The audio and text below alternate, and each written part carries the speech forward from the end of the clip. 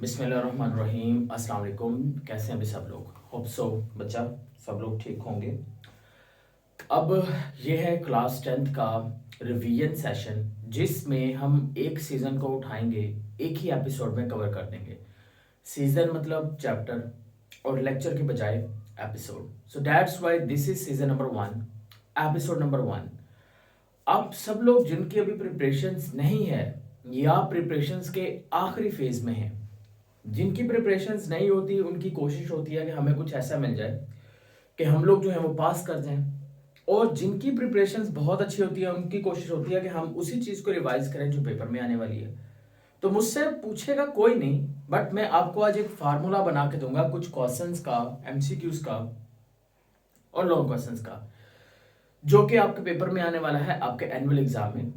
I have consulted all the papers and also evaluate the nature of the examiner in KPK board, Punjab and Sindh.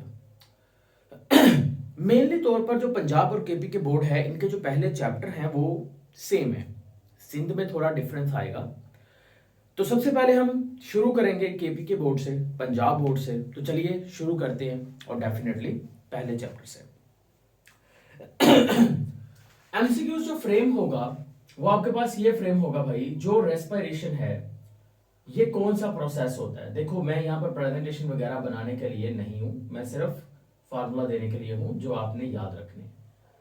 तो आपने कहना है कि sir respiration जो है ये एक्चुअल में एक अमलगम होता है केमिकल प्रोसेस का, केमिकल प्रोसेस और फिजिकल मैकेनिकल प्रोसेस। फिजिकल ना लिखो, मैकेनिकल, मैकेनिकल प्रोसेस।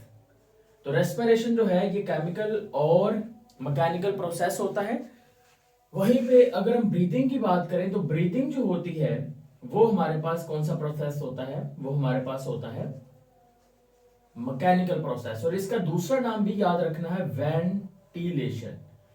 अब क्योंकि आखिरी फेज में तैयारी चल रही है तो मैं आपको ये कहूंगा कि भाई नोट्स लाजमी बनाओ अपने, ठीक है? वीडियो अपलोड होने में आगे पीछे थोड़ा सा हो सकता है, क्योंकि डेफिनेटली लंबी जब वीडियोस होती हैं तो उनको अपलोड करने में ना टाइम लगता है।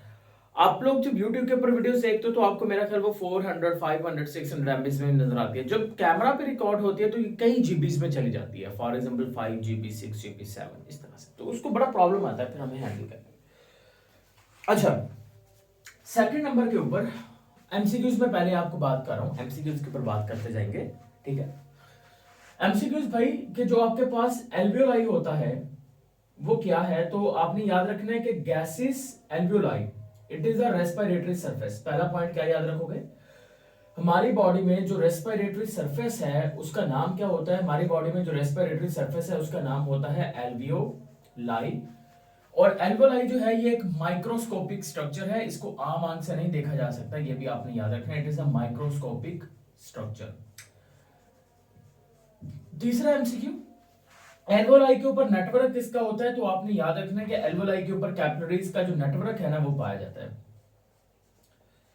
एल्वोलाई के ऊपर किस चीज का नेटवर्क होता है? कैपिलरीज का जो नेटवर्क है वो किसके ऊपर पाया जाता है? वो एल्वोलाई के ऊपर पाया जाता है। क्लियर होगी बात यहां तक? अगला एमसीक्यू, हमारा जो कौन सा पार्ट होता है जो मस्कुलर रीजन होता है? बस यही कर लो, इसी में से पेपर आएगा। आपने कहना है कि जो मस्कुलर पार्ट होता है उसको आप कहते हैं फेरिंग्स, और जो आपके पास वॉइस बॉक्स होता है उसको हम नाम देते हैं लेरिंग्स का। और इसके अंदर एक कार्टिलेज होता है, और उस कार्टिलेज को आपने याद रखना है, उसका नाम होता है ह्यालिन कार्टिलेज, ठीक है? ह्यालिन कार्टिलेज होता है। सॉरी। अच्छा जी, अब ट्रेकिया की लेंथ कितनी होती है? तो ट्रेकिया की जो लेंथ होती है वो होती है 12 सेंटीमीटर। अगर इसको समटाइम वो घूम घुमा के पूछ लेते हैं तो मीटर में भी पूछ लेते हैं, तो मीटर में कैसे तक कन्वर्ट करते हैं? 12 सेंटीमीटर में है तो इसको 100 से डिवाइड कर दो, ये मीटर में चेंज हो जाएगी, ये बन जाएगा 0.12 मीटर, ठीक है? तो ये दोनों वैल्यूज आपको याद होनी चाहिए, रट्टा लगा के जाना। उसके बाद रिब्स की अगर बात करें तो रिब्स के कितने पेयर्स होते हैं? 12 पेयर्स होते हैं। जल्दी से इसको लिखते जाओ।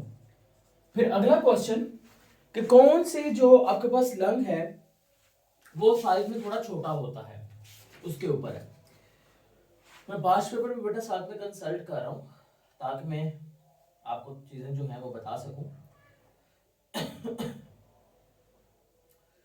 लंग्स के बारे में ना आपने ये पॉइंट याद रखना है कि लंग्स में जो स्मॉलर होता है वो होता है लेफ्ट वाला।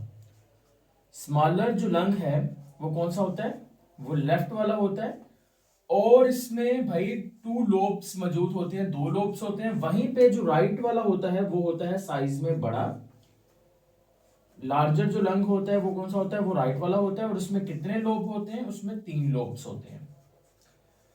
फिर उसके बाद अगला एमसीक्यू, अगर मैं बात करता हूं बेंजीन की, ये एक केमिकल है। ये केमिकल बीमारी काज करता है हमारी रेस्पिरेटरी सिस्टम में। कौन सी बीमारी काज करता है, ये बीमारी काज करता है जनाब कैंसर की। सही है, जो ब्लड सर्कुलेटरी कैंसर होता है, ठीक है, ये वो बीमारी काज करता है। समझ में आ गई बात। इसी तरह से अगर हम फॉर्मल्डिहाइड की बात कर लेते हैं, फॉर्मल्डिहाइड की बात कर लें, तो फॉर्मल्डिहाइड जो है ये क्या करता है, ये ब्लड कैंसर तो काज नहीं कर रहा, ये गैस्ट्रोइंटेस्टाइनल प्रॉब्लम क्रिएट करता है। गैस्ट्रोइंटेस्टाइनल प्रॉब्लम क्रिएट करता है। ये जो 2 एमसीक्यूज लिखे हैं ये आपने याद रखना है, ये केपीके में स्पेशलिस्ट एमसीक्यूज है, ये वहां से पंजाब वाले ना करें, ये वो करेंगे। प्राइमरी स्टिमुलस फॉर, पंजाब वाले भी कर लो यार, कोई दिक्कत वाली बात नहीं है। जो आपका बैड इफेक्ट ऑफ स्मोकिंग है ना, उसमें ये 2 पॉइंट लिखा ना साथ में, जो आपने बाकी याद किए हैं, तो आपको पॉजिटिव एज मिलेगा, बाकी बच्चों के ऊपर ज्यादा नंबर मिलेंगे आपको। तो जितना ज्यादा कंटेंट अच्छा लिखोगे ना आप पेपर में, उतने ज्यादा नंबर आते होते हैं। समझ में आगे बात। आगे, प्राइमरी स्टिमुलस फॉर ब्रीदिंग, सांस लेने की प्राइमरी वजह क्या होती है, ये एक्सरसाइज में से एमसीक्यूज में उठाया है। तो इसका जो प्राइमरी कारण होता है वो होता है कार्बन डाइऑक्साइड। ठीक है, पहले लिख लो एमसीक्यूज, फिर मैं पास पेपर से देख बताता हूं आपको कि फ्ला बोर्ड में फ्ला मतलब एयर में ये आया था, तो देखते हैं कि क्या यहाँ पे वो लिखा हुआ है कि नहीं लिखा हुआ। ठीक है, फिर उसके बाद आपने क्या याद रखना है, मुझे एक्चुअल में ना एक बुक देखनी है आपकी 10th की, यार मिल नहीं रही है, पता नहीं किधर रख ली है मैंने।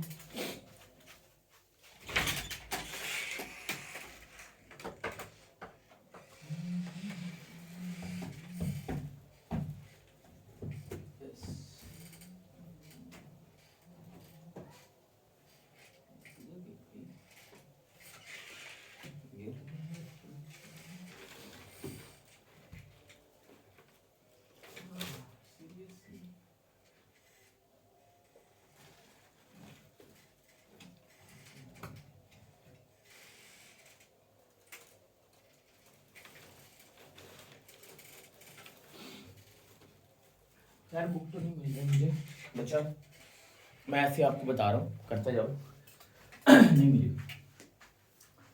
अगला एमसीक्यूज करते हैं फिर। जो हमारे पास इंस्पायरेशन का मैकेनिज्म होता है, उस वक्त आपके जो रिब्स के मसल्स हैं और डायाफ्राम के मसल्स हैं, ये दोनों के दोनों क्या होते हैं, PHRAGM होगा। डायाफ्राम के जो मसल्स होते हैं ये दोनों बेटा आपने याद रखना है कि ये कॉन्ट्रैक्ट होते हैं। ये एमसीक्यूज बनता होता है कि कौन से मसल जो है वो कॉन्ट्रैक्ट होते हैं, कौन से मसल जो हैं वो रिलैक्स होते हैं। ठीक है, फिर एमसीक्यूज बनता है कि जो इंस्पायरेशन है ये कौन सा प्रोसेस होता है। तो बुक ओपन करो, वहां पे पहुंचो, 2 ऑप्शंस मैं दे रहा हूं, तो उनमें से एक जो है वो कमेंट में अभी लिख के बताओ, क्या ये पैसिव प्रोसेस है, क्या ये एक्टिव प्रोसेस है।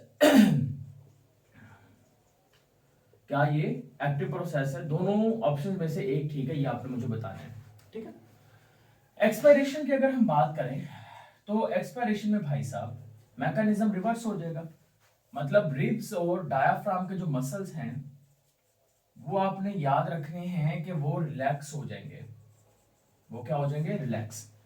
और ये जो आपके पास ब्रीदिंग का मैकेनिज्म है, इसको कंट्रोल कौन करेगा, इसको आपने याद रखना है कि मेडोला, आपका रेस्पिरेटरी सेंटर क्या है, बुक में नहीं लिखा गया, आपका कौन कंट्रोल करता है, रेस्पिरेटरी सेंटर जो है वो इसको कंट्रोल कर रहा होता है। ठीक है, और अगर ब्रेन वाले टॉपिक में जाके देखो तो ब्रीदिंग जो फंक्शन है वो दिखाया गया है किसका, मेडोला ऑब्लंगेटा का।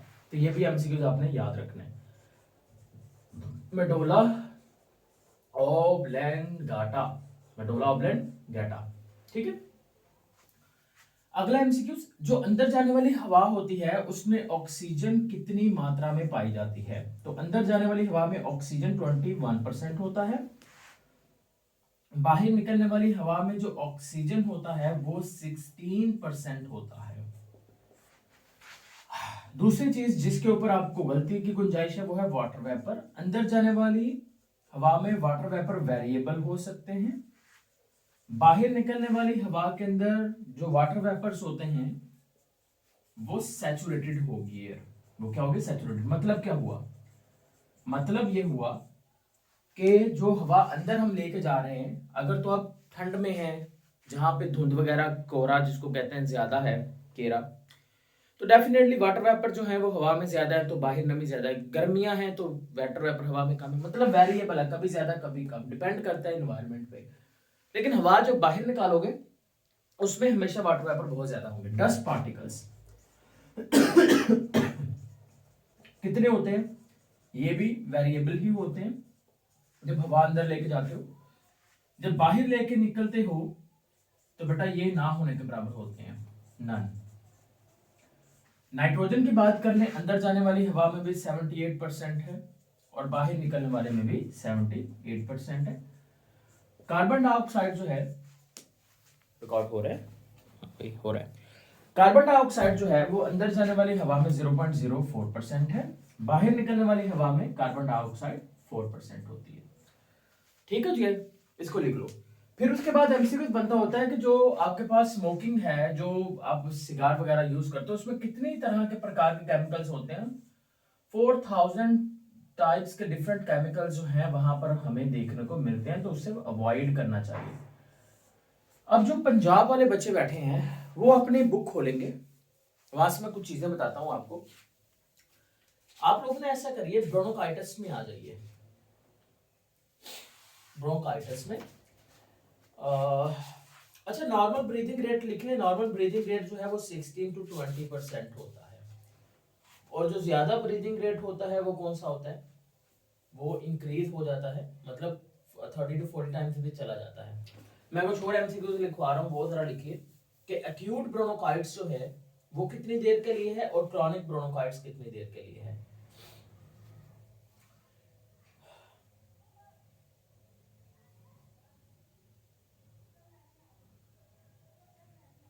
चलिए, एक्यूट ब्रोंकाइटिस जो है, एक्यूट बहुत ही क्यूट है, ये 2 वीक्स के लिए है।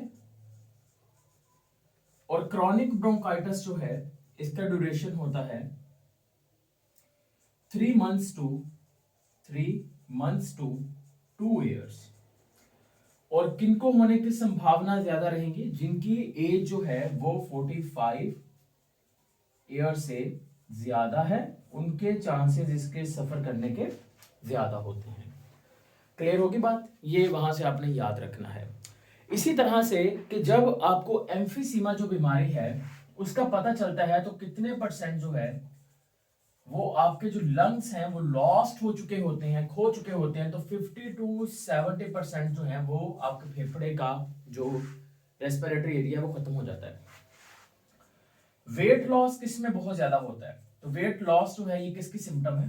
ये इसी की सिम्टम के अंदर आएगा। ठीक है। नमोनिया की बात करें, नमोनिया जो है उसमें आपने ये याद रखना है, नमोनिया का कारण क्या होता है? Pneumonia, pneumonia, streptococcus pneumoniae, streptococcus pneumoniae. Coccus पे ये फोकस रखें, ये एक कोमा शेप होता है, तो ये कोकाई फैमिली से बिलोंग करता है, तो ये समटाइम पूछ लेते हैं, नमोनियाई। फिर एक ऑप्शन बनेगा कि जो ब्रोंकाइटिस है ये कौन सी बीमारी होती है, मतलब बैक्टीरिया है, वायरल है, कौन सी है? तो बच्चा ये आपने याद रखना है, ये दोनों की तरफ से होती है। ये बैक्टीरिया है नमोनिया, ये बैक्टीरिया है, ये आपने याद रखना है कि ब्रोंकाइटिस जो है it is due to virus, it is due to bacteria, it is due to dust particles, ये सारा उसी की वजह से होता है। फिर उसके बाद एक एमसीक्यूज बन सकता है, सिम्टम पूछी जाएगी कि जो विस्लिंग साउंड है, विस्लिंग साउंड मतलब जब हवा बाहर निकलती है तो सीटी बजने की जो आवाज है वो किस बीमारी में होती है, तो वो आपने कहना है एलर्जी। एलर्जी एक बीमारी होती है जिसमें जब रात को अगर पेशेंट जो है वो सांस लेता है तो हवा जब बाहर निकलती है तो उसमें सीटी की जो आवाज है वो आ रही होती है। इसके अलावा बेटा जी और मुझे देखने दें। लंग्स कैंसर से रिलेटेड एक एमसीक्यूज है कि लंग्स कैंसर एनुअली कितनी डेथ काज कर रहा है, तो 13 लाख जो लोग हैं वो लंग्स कैंसर की वजह से एनुअली जो है वो मर जाते हैं। 13 लाख का मतलब 1.3 मिलियन पीपल जो हैं वो इसका शिकार होते हैं। ठीक होगी बात। उसके बाद मैंने बोला था कि कितने केमिकल्स मौजूद होते हैं वो स्मोक के अंदर, 4000। उनमें से कितने ऐसे हैं जो केमिकल मतलब जो क्या काज करते हैं भाई, कैंसर काज करते हैं, कार्सिनोजेंस हैं, तो वो आपने याद रखना है, वो 50 होते हैं। क्लियर होगी बात। बाकी एक्सरसाइज में से कुछ खास मुझे मिला नहीं है, यही एमसीक्यूज हैं जो सारे के सारे फ्रेम किए जा सकते हैं। ठीक है, कुछ एक टॉपिक्स होंगे जो सिंध के बच्चे हैं उनको मैं अलग से कर दूंगा, वो जो टॉपिक्स इस चैप्टर में हैं पहले में सीजन में नहीं कवर किए तो वो आपने देख लेने। अब मैं पास पेपर से एमसीक्यूज बोलूंगा तो आपने देखना है क्या वो पास पेपर में हमारे पास है या नहीं आया। तो चलिए मैं शुरू करता हूं। पास पेपर लाहौर बोर्ड में जनाब एक एमसीक्यू आया हुआ है 2016 में। Stomata are frequently present and, ये स्किप हो गया। स्टोमेटा जो है वो कहां पर पाए जाते हैं ये तो पता ही होता है बच्चे को कि पत्ते की ज्यादातर स्टोमेटा किधर पाए जाते हैं, पत्ते के ऊपर के नीचे, पत्ते के नीचे पाए जाते हैं। तो ये आप लिख लो कि stomata are frequently present on the lower side. आगे, the gas produced in mesophyll cells as by product during daytime को, ये भी 2016 में आया है लाहौर बोर्ड में, और इसी से रिलेटेड इसी तरह का नेचर का एक एमसीक्यू आया था गुजरांवाला बोर्ड में 2013 में। The gas produced in mesophyll cells as by product during the day time, वो कहता है कि जो मेसोफिल सेल्स प्लांट्स में होते हैं वो दिन के वक्त कौन सी गैस प्रोड्यूस करते हैं। तो मेसोफिल सेल्स ये वो सेल्स होते हैं प्लांट के अंदर जो कि बेटा क्या कर रहे हैं, ये फिर फोटोसिंथेसिस काज कर रहे हैं। मेसोफिल सेल्स जो होते हैं ये फोटोसिंथेसिस करते हैं। अब क्योंकि मेसोफिल सेल्स जो हैं वो बेटा फोटोसिंथेसिस करते हैं तो इसका मतलब ये हुआ कि क्या उनसे गैस रिलीज करेंगे, फोटोसिंथेसिस के नतीजे में ऑक्सीजन प्रोड्यूस होता है। फिर उसके बाद एक और एमसीक्यूज पंजाब बोर्ड के मैं पहले बता दूं, एंड वाले पेज पे जाओ सीजन 1 के, वहां पे लिखा गया वर्ल्ड तंबाकू डे। जो पंजाब के बच्चे देख रहे हैं वो मुझे बताएं कि वर्ल्ड तंबाकू डे जो है वो कब सेलिब्रेट किया जाता है, 28 ऑफ समथिंग, जल्दी से कमेंट करके बताइए। ठीक है, अगला एमसीक्यू 2015 में आया है। Most of gases exchange in leaf occur through, ज्यादातर गैसों का तबादला कहां से होता है, स्टोमेटा से होता है। आपको पता है मैंने पहला टॉपिक जो गैसेस एक्सचेंज इन प्लांट है उसको टच नहीं मारा इधर, क्यों, क्योंकि वो ये जो एमसीक्यूज आ रहे हैं आपने नोटिस शायद किया या नहीं, 2013 2014 15 16 के आ रहे हैं। उसके बाद इसमें से कोई भी एमसीक्यूज फ्रेम ही नहीं हुआ। टू बी ऑनेस्ट 2016 के बाद मुझे कोई भी एमसीक्यूज नजर नहीं आया इस टॉपिक में से, तो इसी वजह से मैंने उसको टच नहीं मारा भाई। समझ में आ गई बात। तो ये चीज आपने याद रखनी है, लेकिन थोड़ा बहुत पता होना चाहिए। जैसा कि लेंटिल सेल्स किस में पाए जाते हैं, जो लकड़ी वाले पौधे होते हैं, वुडी प्लांट्स होते हैं, उनके अंदर जो है वो लेंटिल सेल्स पाए जाते हैं। इसी तरह से अगर बात करें तो गैसों का तबादला जो है वो किस तरह से होता है एक्वेटिक प्लांट्स के अंदर, तो वो डिफ्यूजन के जरिए से होता है। अब अगला टॉपिक पे चलते हैं और देखते हैं, एनालाइज करते हैं पास्ट पेपर में। देखो 2017 में से एमसीक्यूज आया हुआ है इसमें से। The purpose of rib cage, जो रिब केज है उसका मकसद क्या होता है, protection of stomach, protection of spinal cord, protection of heart and lungs, protection of pharynx. Pharynx भाई किधर है, फेरेंक्स तो आपको गला है, थ्रॉट। प्रोटेक्शन ऑफ क्या बोला मैंने, स्टोमक, स्टोमक इधर पेट में है यार, इधर क्या करने आ गया। स्पाइनल कॉर्ड ये बैक साइड के ऊपर होता है, वर्टिब्रल कॉलम है ना स्पाइनल कॉर्ड। तो पीछे बचा क्या, आपके हार्ट और आपके लंग्स है ना, तो ये इसको प्रोटेक्ट करता है। 2017 में गुजरांवाला में एमसीक्यू आया, lobes present in right lungs, right lung में कितने लोब है? अभी मैंने लिखा भी था यहाँ पे कि जो राइट लंग होता है वो साइज में क्या होता है, देखो बड़ा होता है और उसमें 3 लोब्स होते हैं। ये एमसीक्यूज आया हुआ है। इसी तरह से आगे एक एमसीक्यू 2017 में आया है कि गैसियस एक्सचेंज इन ह्यूमन में गैसों का तबादला किधर होता है? Alveoli, bronchi, trachea, pharynx. तो आपने कहना है किधर हो रहा है? रेस्पिरेटरी सरफेस क्या है? एल्वेओलाई। रेस्पिरेटरी सरफेस ये मॉडर्न वर्ड है जो यूज किया जाता है इसके लिए, तो ये आपने याद रखना है। तो ये आए हैं। अब 2017 में और देखिए एमसीक्यूज और 19 में देखिए। 2017 में एमसीक्यूज आया है 2017 के अंदर कि कौन सा मस्कुलर ऑर्गन होता है? लैरिंक्स है, फेरिंक्स है, ट्रेकिया है। तो देखो कौन सा मस्कुलर ऑर्गन है? It's a pharynx. इसको थ्रॉट भी कहते हैं, लिख लो साथ में। फिर एक एमसीक्यूज आया है 2014 के अंदर कि नॉर्मल ब्रीथिंग रेट क्या है? मैंने बोला भी था, है ना, 16 से 20 होता है। मैंने लिखा नहीं, क्यों? क्योंकि मुझे पता है कि ये पुराना हो चुका है, बहुत कॉमन है। रेस्पिरेटरी सेंटर जो है वो किधर होता है? 2017 में ये एमसीक्यूज आया है लाहौर बोर्ड में। तो रेस्पिरेटरी सेंटर जो कि ब्रीथिंग को कंट्रोल करता है, और ये है किधर? ब्रेन के अंदर होता है। स्पेशलिस्ट नेम क्या होता है? मेडुल्ला ऑब्लिंगेटा होता है। फिर उसके बाद 2015 में एक एमसीक्यूज आया है कि जो कार्बन डाइऑक्साइड का परसेंटेज है वो बाहर निकालने वाली हवा में कितना होता है? तो कार्बन डाइऑक्साइड का जो परसेंटेज है बाहर निकालने वाली हवा में 4% होता है। आगे चलते हैं, अगले टॉपिक्स को देखते हैं।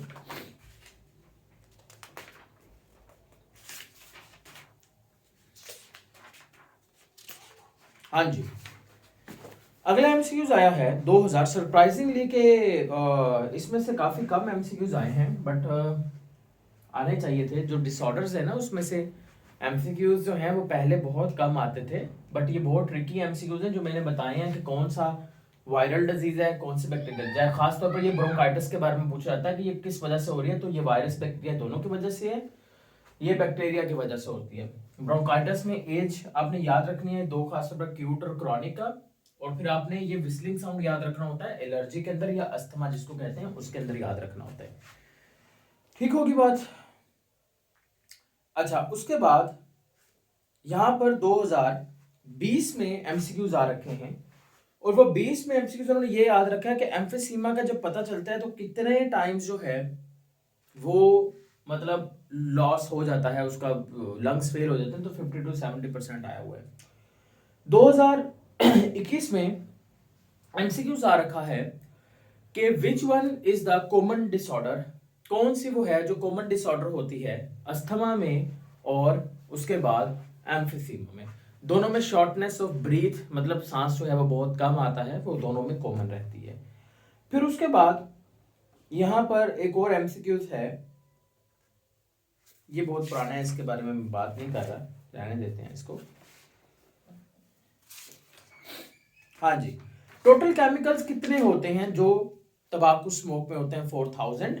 उसके बाद कब सेलिब्रेट किया जाता है वर्ल्ड तंबाकू डे? सॉरी, इसको चेंज कर लें, इट इज नॉट 28, मेरे माइंड में वो चल रहा था वर्ल्ड हार्ट डे के बारे में। So it is 31 of May. सही है, ये आपने याद रखना है। मुझे मई से याद आया, मई का एक महीने का एक दिन जो है वो सेलिब्रेट किया जाता है वर्ल्ड मार्कोर डे के तौर के ऊपर, क्योंकि मार्कोर पाकिस्तान का कौमी नेशनल एनिमल भी है। जनरल नॉलेज में आप मुझे बताइए कि वो कौन सा डे है? मई का ही है। बताना इसलिए क्योंकि वो पिछले साल ही हमने सेलिब्रेट करना शुरू किया पूरी दुनिया में। अच्छा, कितने कार्सिनोजेनिक केमिकल्स मौजूद होते हैं सिगरेट के धुएं में? तो मैंने बोला था कि 4000 टोटल होते हैं, उनमें से 50 कार्सिनोजेंस होते हैं। तो ये देख लीजिए, आपके मेजोरिटी ऑफ पास पेपर्स भी हमने डिस्कस कर लिया, साथ में हमने एमसीक्यू सारे के सारे इस सीजन से निकाल लिए। अब शॉर्ट क्वेश्चंस लिखना शुरू करो, चालू करो, जल्दी से मैं लिखवाता हूँ। पहला शॉर्ट क्वेश्चन जो है वो है आपके पास, जल्दी लिखने बेटा। Differentiate between stomata and lenticels. Stomata और लेंटिसेल्स में क्या फर्क होता है? जिन बच्चों ने रेगुलर लेक्चर्स या सेशंस में नहीं आए, है ना, क्योंकि जो रेगुलर सेशंस और लेक्चर्स होते हैं वो बहुत डिटेल्ड होते हैं। ये आपको मेरा ख्याल 30 मिनट की एक वीडियो मिलेगी, वो एक लेक्चर के ऊपर 30 मिनट का एक टॉपिक पे मिल जाएगा। तो समझने है आपने चीज़ों को, मैं समझा देता हूँ साथ में, ताकि आपको अंडरस्टैंडिंग भी हो, मज़ा भी आए आपको। मेरा एमसीक्यू शॉर्ट क्वेश्चन ये है कि स्टोमेटा और लेंटिसेल्स में क्या फ़र्क है? तो आप ऐसे लाइन लगाओ स्टोमेटा और लेंटिसेल्स के बारे में। इधर लिखो ये गैसेज एक्सचेंज के लिए है, ये गैसेज एक्सचेंज में इन्वॉल्व होता है। स्टोमेटा जो होता है ये पत्ते में पाया जाता है, लीव्स में पाया जाता है। ये जो होता है ये बार्क ऑफ प्लांट में पाया जाता है। It is present in bark of plant, ये प्लांट की छाल में पाया जाता है। समझ में आ गई बात? ये जो होता है बेटा ये सभी प्लांट्स में पाए जाते हैं, ये सिर्फ वुडी प्लांट्स में पाए जाते हैं, ठीक है, जिनकी छाल होती है ना, लकड़ी वाले जो छाल होती है प्लांट में बाहर की तरफ। तो ये आपके पॉइंट्स इस तरह से 3 आगे ये शॉर्ट क्वेश्चन में आ जाएंगे। दूसरा शॉर्ट क्वेश्चन आप याद रखो, व्हाट इज द फेरिंग्स के बारे में, कि फेरिंग्स क्या होता है। तो ये आपको पता होना चाहिए कि जो आपका थ्रॉट है, जो मस्कुलर रीजन होता है which is common for both food and air, ये एमसीक्यूज भी लिखो, ये भी आया हुआ है। कौन सा वो रीजन है जो खुराक और हवा के लिए कॉमन होता है, तो वो फेरिंग्स होता है। इसका दूसरा नाम मैंने बोला था कि इसको थ्रॉट भी कहते हैं, ये मसल्स का बना होता है, इसमें कोई भी कार्टिलेज नहीं होता। वहीं पे लेरिंग्स की बात करें तो यहाँ से आवाज प्रोड्यूस होती है, इसी वजह से इसको वॉइस बॉक्स कहते हैं, ठीक है। फेरिंग्स के फर्श के ऊपर एक सुराख होता है जिसको हम कहते हैं ग्लॉटस, और ग्लॉटस की जो हिफाजत करता है उसको नाम दिया जाता है एपिग्लॉटिस। जो बच्चे फुल तैयारी करके बैठे हैं तो वो मुझे ये बताएं कि एपिग्लॉटिस में कार्टिलेज कौन सा होता है, कौन सी नेचर का, और नोज में कौन सी नेचर का कार्टिलेज होता है, ठीक है, क्योंकि ये आगे वाले जो सीजन है वहां से एमसीक्यू थे, जिनको आते हैं वो बताएंगे। तो दूसरा शॉर्ट क्वेश्चन समझ आ गया, फेरिंग्स और लेरिंग्स वाला। तीसरा शॉर्ट क्वेश्चन लिखो, what is the respiratory surface in human, human में रेस्पिरेटरी सरफेस क्या होती है, ये लिखो। कुछ एमसीक्यूज में जो डिस्कस करने हैं, गैशियस एक्सचेंज इन एल्वियोलाई में से, गैशियस एक्सचेंज इन एल्वियोलाई, उनमें से 2 एमसीक्यूज हैं, जैसा कि तमाम की तमाम जो आर्टरीज होती हैं उनमें ब्लड होता है ऑक्सीजनेटेड, ब्लड होता है ऑक्सीजन वाला। लेकिन अगर हम आर्टरीज के अलावा दूसरी आर्टरीज की बात कर लेते हैं, जैसे कि पल्मोनरी आर्टरी, तो पल्मोनरी आर्टरी में याद रखना है कि इसमें होता है डीऑक्सीजनेटेड ब्लड, ये पहला एमसीक्यूज याद रखना है। इसी तरह से जो वेन होती हैं उनमें होता है डीऑक्सीजनेटेड ब्लड। लेकिन अगर मैं पल्मोनरी वेन की बात करता हूं तो पल्मोनरी जो वेन होती है उसमें होता है ऑक्सीजनेटेड ब्लड। क्लियर होगी बात। तो ये चीज जो है ये आपने इस तरह से याद रखनी है, इसके ऊपर आपसे अगर पूछा गया तो आप लाजमन तौर पर बताएंगे। क्लियर होगी बात, ये एमसीक्यू है। अगला शॉर्ट क्वेश्चन अब मैं तीसरा लिखवाने लगा हूं, वो लिखिए, वो तीसरा मैंने लिखवा दिया एल्वोलाई वाला। चौथा लिखिए, चौथा आपने लिखना है differentiate between inspiration and expiration, ये शॉर्ट क्वेश्चन है चौथा। पांचवा short question differentiate between breathing and respiration, ये पांचवा शॉर्ट क्वेश्चन। छठा short question, what is the symptoms of the emphysema, emphysema के सिम्टम्स बतानी है। उसके बाद व्हाट इज डबल नमूनिया, उसके बाद differentiate between acute and chronic bronchitis, what do you know about passive smoking, जल्दी से लिखते जाओ, स्पीड से लिखवा रहा हूं। Write any 2 bad effects of smoking on the human body, write a short note on asthma. Clear होगी बात, क्लियर है बच्चा लोग। और एक आखिरी क्वेश्चन ऐड करो, ये 10वां या 11वां क्वेश्चन है, वो है मेरे पास किसके ऊपर, डायफ्राम के ऊपर। अब लॉन्ग क्वेश्चंस की बारी आ गई। पहला long question, gaseous exchange in human man जो है, जिसमें आप nose, pharynx, larynx, trachea, bronchi, bronchioles, alveoli की बात करोगे। दूसरा लॉन्ग क्वेश्चन है मैकेनिज्म्स ऑफ ब्रीदिंग, जिसमें हम बात करेंगे इंस्पायरेशन एक्सपायरेशन की। तीसरा लॉन्ग क्वेश्चन सीजन 1 से जो बन सकता है most expectedly, that is a bad effects of smoking. ये 3 जो है ये टॉप क्लास लॉन्ग क्वेश्चन है।